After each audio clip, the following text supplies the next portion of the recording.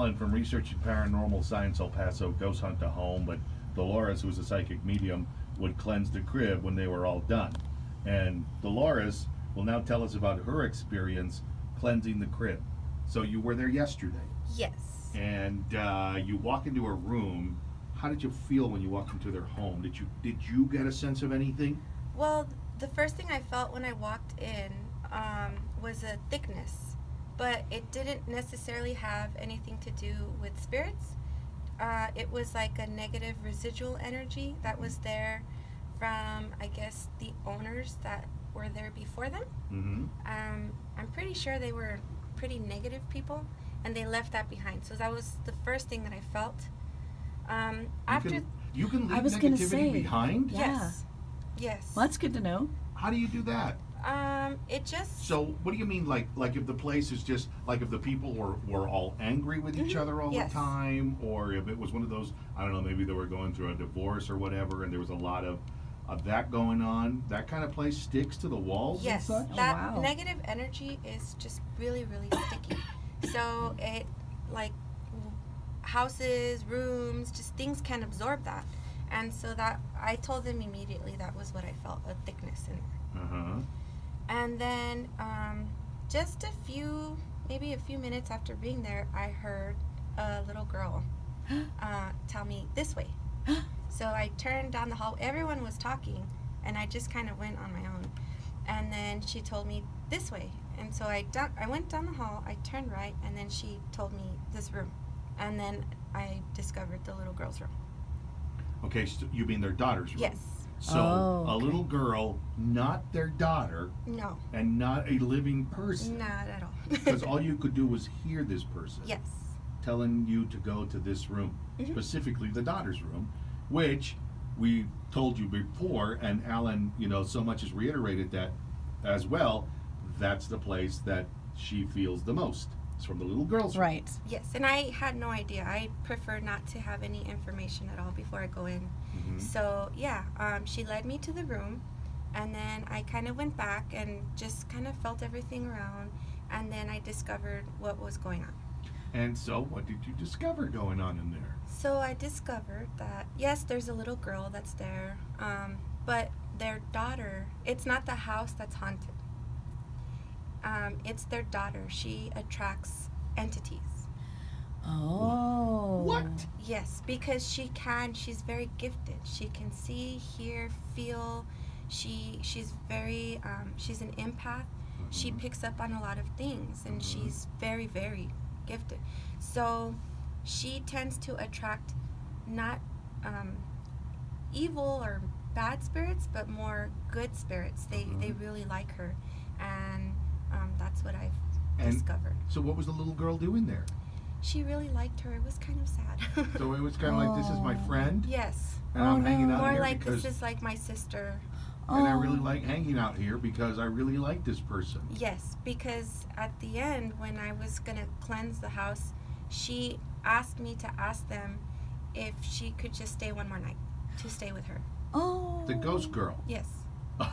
Oh. It was kind of... Now, did you find out why the little girl... Like, was the little girl attached to the house in any way? No, not at all. She just found the little girl because she's like a being of light, basically. Yes, and I was trying to explain that to her parents, or to the mother more so, that it's like being in the dark and seeing a light, and their daughter is the light. And she's gifted, and so is the dad. And so they just kind of created a very gifted child. Right. Wow. So... How did the mother react to the news? Well... I assume she didn't like that. Well, so yeah. I was just trying to explain, that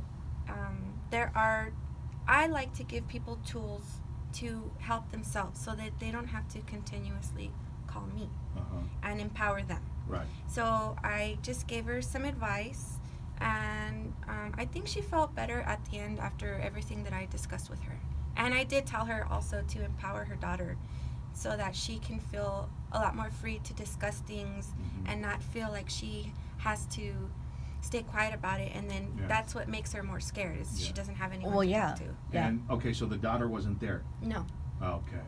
And so, did they let the little girl stay one more night? Or Yes. did they tell her to get rid of her? No, they said it was fine. It was actually like we got a little teary-eyed. Yeah, kind of. Yeah. I saw that in Tricia as well when you were telling Yeah, the I'm story. Yeah. like, oh man, Yeah. because you feel bad because, like a lot of times, like friends have asked me, can you walk through my house before they buy a house? And one of them, who used to work here in the media, before she and her husband bought a house in the Upper Valley, she was like, I want you to walk through this house before we rent it. And I was like, okay. Yeah. So I walked through it, and I was like, man, there's Yeah. a lot of people in here. Because several people have said that Tricia feels stuff as well. Yeah, Oh, and yeah. and so so we were walking through the house, and I turned around and I looked at her and I was like, man, they really like you. And she was like, well, how can you tell? And I said, because they are moving between the both of us. You know, like both of us, they're attracted to both of us. Mm-hmm. And she's not cool with that. So she was like, yeah, we're not renting this house. Aw. So yeah, and she was like, they're not going to follow me, are they? And I'm like, Uh-huh. no, they're not going to follow you. Don't be silly. So, was that the only thing that you felt? Just a little girl? I did feel that at the moment, at that time, the little girl was there, but I did feel that she constantly has visitors on a constant basis. And I also... And what, are they just rolling through? Yeah, basically. She's like so Whoopi it's Goldberg always in changing. Ghost. But it's Yeah. always... I told them that it's always like small things. Uh-huh. And then that's when the mother was like, yes, we were always seeing like little small shadows. things, little shadows. She said that because I guess they thought there was a boy there for a while, or they saw a boy. Uh-huh. And then I said, no, there's a girl here today. And then they were kind of like, oh yeah, I thought I saw a little girl that was my daughter, but it wasn't her. So then it wouldn't matter where they would go because it's the little girl they're attracted to. Yes. Yeah. And then they're both also gifted, so it just is kind of like It's like a vortex. exactly. Oh, Yeah. wow. So then, did you cleanse the place? Yes. And Was it successful? Yes, she kept saying at the end that she felt so much better, and I think it was just the knowledge that I gave her that she's not attracting bad things, just Uh-huh. it's so interesting. It's Yeah. all good things. Yeah. yeah, is that how it, like, could she be attracting bad things? Well, I don't understand. I think I asked to sit with her because I told her, if you want me to talk to her to kind of help her acknowledge and embrace what she has, I would. Yeah. And I just have never met someone who only attracts good things. That's Really? nice. Yes. So like you don't just attract good things. No. No. Everything wants to talk to Everything. me. Good or bad. Yes. But Huh. in her case, In her case, it's... do you think just it's because of her age? Do you think it's because she's a child? No, because at that age, I found a lot of similarities in her and myself at that age. And no, I just think it's her being, there's something about her. Right. Mhm. And yeah. Wow. I've never heard of stuff like this before. And you know what's really funny It's is that interesting. Dolores is totally different on this visit as she was on the previous visit. It's like you've kind of been, for lack of a better phrase, touched by an angel. Like your experience with this little girl it's changed your entire demeanor. Oh, wow. Yeah. At least for today. Not later tonight. Yeah. I'm just kidding.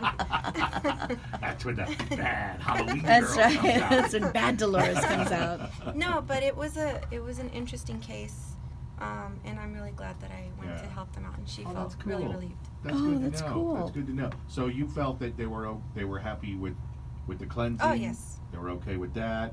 Not so okay with their daughter being a beam of light. No, I don't think so, but I think at the end of the day, she felt a lot better, Yeah. at least knowing rather than kind of being in the Right, dark about right, and knowing that that she's not attracting evil stuff. it. Yes. Okay, and so Alan, would you say, Alan, that they were happy with the investigation that you provided them?